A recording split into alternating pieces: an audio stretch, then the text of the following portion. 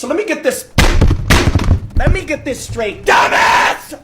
You have everything in this game to make a Halloween event if you just copied and pasted all of this stuff, and yet you chose to give us a 3v3 game mode.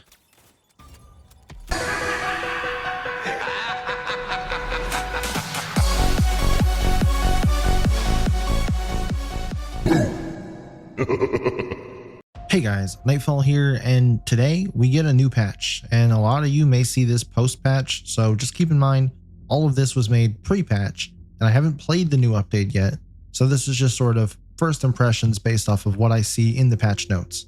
But not wasting any time, let's get right into it with gameplay.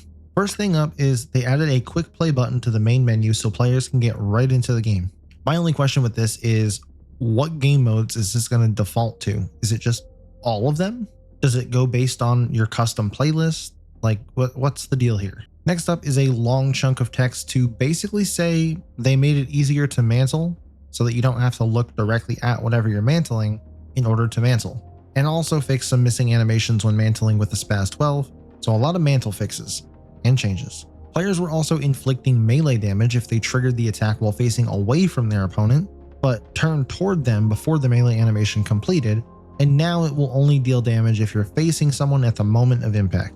This has happened to me quite a few times, and honestly I just chalked it up to being bad netcode.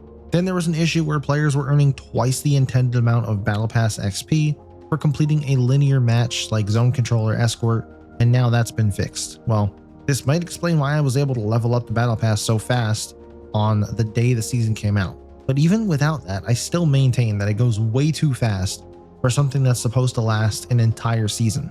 But that's it for gameplay. Let's talk about factions. First up, Beloved Highwaymen. They finally fixed where you would get killed from a saw blade and then spawn in and immediately die again from it. Kind of annoying when it happens to you, but it's free kills when it happens for you. And also the saw launcher no longer kills players in the Medico Supremo and basically now takes 2 hits, which makes sense, I guess, but the way they word it makes it sound like launching 2 back-to-back blades at someone in the healing circle will not kill them, but it should. Moving on to the GS Commando, where it apparently took an extra second to use the Ultra when it was full, now that's fixed. I don't ever play that faction, so I never would have known this was an issue, but moving on down to the map section, players no longer see the incorrect map cinematic when joining a match in progress. This was super annoying, and just glad that it's finally fixed. They also apparently fixed the line of sight issues on a few maps that let players see names of other players through obstructions. Side note to that, I do hope turning off player names is a feature that we get with customs, which while we're on that topic, if you're waiting for the part where we get to customs in this patch note, there's nothing. There's no mention of custom games or anything. So honestly, who knows when it's coming at this point. But that's it on the map section. Let's go ahead and get down to game modes. And previously joining a bomb game in progress caused you to be put in some weird spectator cam where you just were able to see through the map. Now that should be fixed, but one of those things I'll have to test out. Another game mode fix is the capture the flag players on Xbox Series X. We're getting progress on the winner achievement every time they were able to return the enemy flag back to their base. But that was only supposed to progress by winning 10 games. My issue with things like this being in patch notes, especially when the notes are released the day before the actual patch, is now people have a chance to go back and abuse these things. These are things that could be silently patched out. Now, it's not something super serious. I mean, it's just an achievement, but look at one of the other previous patch notes where they mentioned playing the linear game modes was awarding basically double Battle Pass XP. I wonder how many people heard about that or read that and then went back and completed a bunch of Zone Controller Escort games just to complete the Battle Pass. Again, not super serious, just some examples. But let's go ahead and talk about some ranked updates. Hitting the play button from the ranked mode screen before that mode is available no longer displays a preview of the currently selected rewards tier. Don't know what that means. Somebody explain in the comments. Maybe I have no idea what that even means. The other ranked patch note is they fixed the play button on the ranked mode menu screen so that it no longer remains selectable for players who were banned temporarily because they quit ranked 3 times in a row, which gives them a 1-hour ban from playing any ranked games. I don't quit matches, so I didn't even know this was implemented yet. This is part of the things that we've been waiting for to come to ranked, and I guess it's already in the game, but I must have missed where they added this. Now let's get to the weapons and the moment we have been waiting for over 2 seasons. Players now earn progression XP for their currently equipped weapon when scoring objective points. Examples: killing the flag carrier and capture the flag, taking out package pushers and escort, etc. And it's about damn time. No more team deathmatch for me to level up weapons, and hopefully this will incentivize some more people to actually play the damn objective. But let's talk about some weapon nerfs, with the AK and the ACR getting a 25 round per minute reduction. Both of these weapons, mainly the ACR, have been overpowered for far too long, and it deserves this nerf. But sadly, I don't think this will really change much. I still think the ACR will be the meta in ranked, and I still think it'll be overpowered, but I'll have to wait and see. Then players can no longer pick up weapons while in the middle of switching them, or conversely, switch weapons in the middle of picking up a new one. And apparently, this fix also eliminates a bug that sometimes turns players' weapons invisible while performing this action. Weird bug, but I don't think this ever happened to me, especially not the invisible gun thing.